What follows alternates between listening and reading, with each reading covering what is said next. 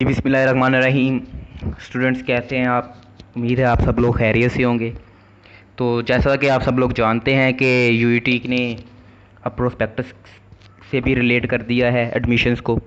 तो प्रोस्पेक्टस पे जो गिवन नंबर होता है उस नंबर को भी अब प्रिंट करवाना लाजमी है। एडमिशन फॉर्म के तौर पर इसे हम यूज़ करेंगे, वेरिफिकेशन कोड होता है। तो इस वीडियो में हम यही देखेंगे कि हम किस तरह ऑनलाइन मोबाइल पर ही अपना फॉर्म सबमिट ऑनलाइन करवा सकते हैं।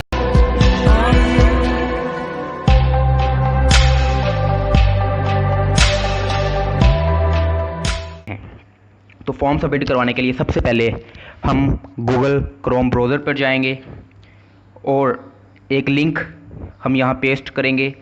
ये लिंक मैं आपको डिस्क्रिप्शन में भी दे दूँगा। तो आपने डायरेक्ट वहाँ क्लिक करना है और सर्च कर देना है। तो जैसे ही आप सर्च करेंगे तो आपके पास ये इंटरफेस आ जाएगा जिसमें वो आपसे serial number, token number, CNIC नीचे पूछ रहा है। ये उस सूरत में आप लिखेंगे जब आपने पहले से टोकन नहीं लिया था लेकिन अब लिया है, क्योंकि यूईटी ने टोकन पहले दे दिए हुए थे हमें और उस पर सीरियल नंबर भी लिखा हुआ था और उस पर टोकन नंबर भी लिखा हुआ था। और इन नंबर्स को इधर लिखेंगे और अपना CNIC लिखेंगे तो आपका एडमिट कार्ड प्रिंट हो जाएगा। और अगर कोई ऐसा स्टूडेंट जो अपना एडमिट कार्ड को दोबारा प्रिंट करवाना चाहता है तो वो वही अपना सीरियल नंबर और टोकन नंबर यहाँ लिखे और अपना CNIC लिख दे, या आप सिर्फ अपना CNIC भी लिख दे जिसने पहले से प्रिंट करवाया हुआ है, तो उसका एडमिट कार्ड प्रिंट हो जाएगा। अब बात करनी है हमने ऑनलाइन रजिस्ट्रेशन पे। तो सबसे पहले हम क्लिक करेंगे ये होम पे। तो जैसे ही होम पे क्लिक कर दिया हमने, तो होम पे क्लिक करने से हमारे पास इस तरह का एक इंटरफेस आ जाएगा। कहता है for all programs including BBA, BBIT and overseas if you have entry test roll number. अगर आपके पास एंट्री टेस्ट का रोल नंबर है, यानी आपने पहले टोकन लिया हुआ है, तो आप यहाँ क्लिक करेंगे। और अगर आपके पास नहीं रोल नंबर है तो आप यहाँ क्लिक करेंगे। उसके लिए डेमो वीडियो भी उन्होंने बनाई हुई है, लेकिन आप यहाँ से अगर आपके पास रोल नंबर है तो हम यहाँ क्लिक करेंगे। हमारे पास चूंकि रोल नंबर है, तो एंट्री टेस्ट का आपको यहाँ रोल नंबर पुट करना होगा। ठीक है जी, तो हम पुट कर देते हैं अपना रोल नंबर। पुट की हुई है वो इधर आ जाएगी। लेवल इधर सिलेक्ट करना होगा आपको इंटरमीडिएट। अगर आपने इंटरमीडिएट किया हुआ है तो आप इंटरमीडिएट सिलेक्ट करेंगे। DAE किया हुआ है तो उसके रिलेटिव आपसे पूछ लेगा।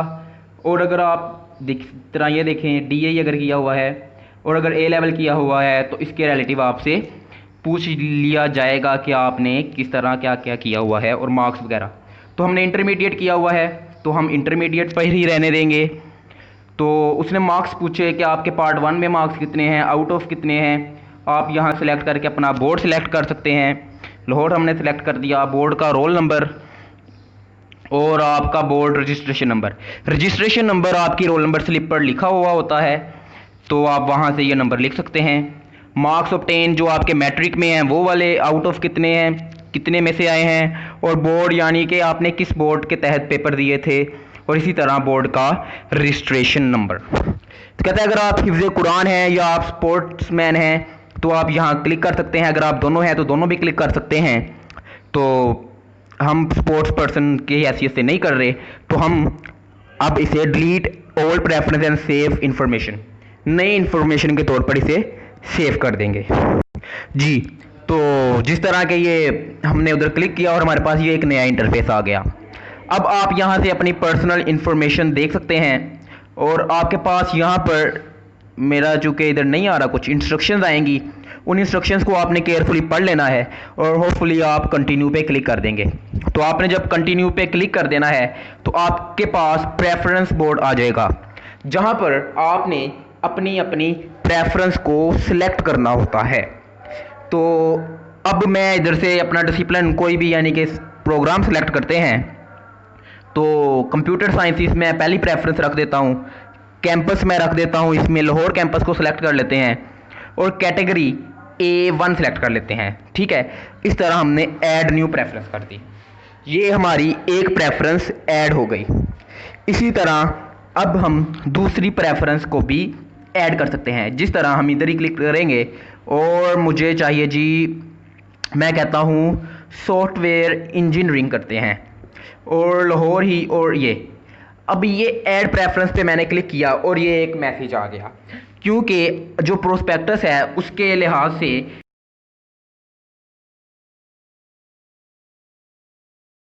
उस पर सारी प्रेफरेंस की डिटेल्स गिवन है, तो उसके लिहाज से ये गलत है। जिस तरह कि आप पिक्चर भी देख रहे हैं कि मैथमेटिक्स, फिजिक्स और कंप्यूटर साइंसेस के साथ जो प्रोग्राम्स जिसके लिए आप एलिजिबल हैं वो कंप्यूटर साइंसेस है, कंप्यूटर इंजीनियरिंग है, आर्किटेक्चर है, सिटी एंड रीजनल प्लानिंग है, प्रोडक्ट एंड इंडस्ट्रियल डिज़ाइन है, मैथमेटिक्स है, फिजिक्स है, बीबीए है और बीबीआईटी है। सो इस सिस्टम में इस कॉम्बिनेशन के साथ आप लोग सॉफ्टवेयर इंजीनियरिंग के लिए एलिजिबल नहीं होते। तो आप कंप्यूटर इंजीनियरिंग के लिए एलिजिबल हैं, तो आपने कंप्यूटर इंजीनियरिंग सेलेक्ट कर देनी है और A1 ही सिलेक्ट कर देना है और ऐड प्रेफरेंस कर देनी है। तो अब की बार जब हम देखेंगे तो प्रेफरेंस हमारी ऐड हो चुकी है।